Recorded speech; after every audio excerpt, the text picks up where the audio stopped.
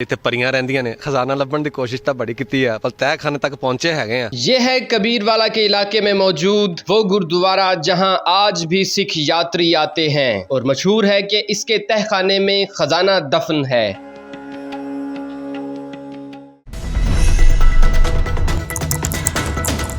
गुरुद्वारा सरदार जीवंत सिंह वाला में हम इस वक्त मौजूद हैं और हमारे बैकग्राउंड में गुरुद्वारा आप देख सकते हैं। हमारे साथ एक नौजवान मौजूद हैं जिनका ताल्लुक इसी इलाके से है और इन तक भी कुछ रिवायात सीना बसीना चलती हुई इस गुरुद्वारे के बारे में पहुंची हैं। आइए इनसे बात करते हैं। क्या नाम है आपका? मोहम्मद उस्मान। मोहम्मद उस्मान साहब, क्या रिवायतें आपने सुनी है, क्या कहानियाँ सुनी है इस गुरुद्वारे के बारे में?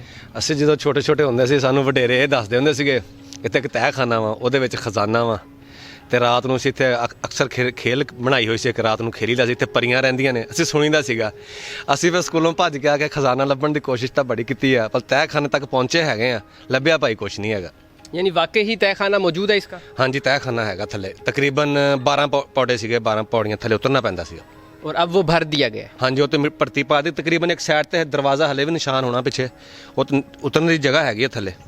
तहखाना भी था और इसके अलावा ये जो गुरुद्वारा है, यहाँ आपने कभी सिख देखे हैं आते हुए? हाँ जी, असी तकरीबन मेरे ख्याल मैं चौथी या पंजवीं पढ़दा सीगा, इत्थे आउंदे बाबा नूनू गुरु नानक हैगा उन्हां दा, उत्थे आए सी, उदों आए सी तकरीबन 3-4 गड्डियां ते फैमिली समेत।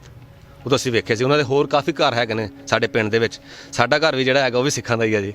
अच्छा, हाँ जी। ख़वातीनो हज़रात, गुरुद्वारे की तारीख हम आपको बता रहे हैं कि ये गुरुद्वारा पाकिस्तान बनने से कबल यहाँ पर मौजूद था। जब तक़सीम हिंद का वक्त था और पाकिस्तान 1947 में मार्ज़ वजूद में आया, तो इस गुरुद्वारे के साथ की ये सारी आबादी सिख आबादी हुआ करती थी, जो कि यहाँ से माइग्रेट होकर चढ़ता पंजाब यानी इंडियन पंजाब की तरफ चली गई और ये गुरुद्वारा यहाँ पर इसी तरह छोड़ के चली गई, जो कि आज 75 साल के बाद भी मौजूद है।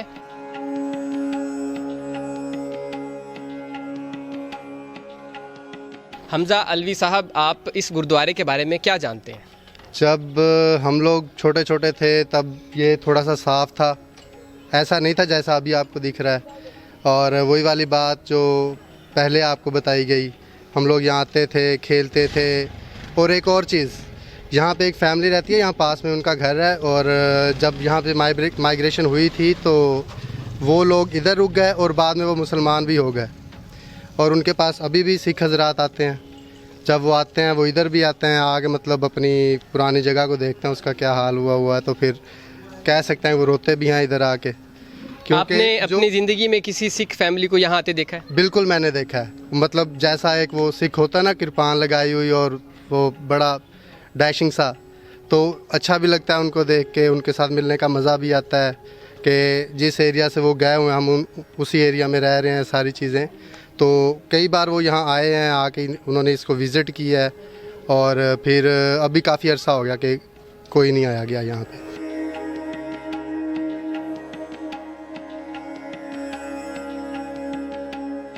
आप मेरे बैकग्राउंड में देख सकते हैं कि मेरे बैकग्राउंड में 2 मजहबी निशानात मौजूद हैं।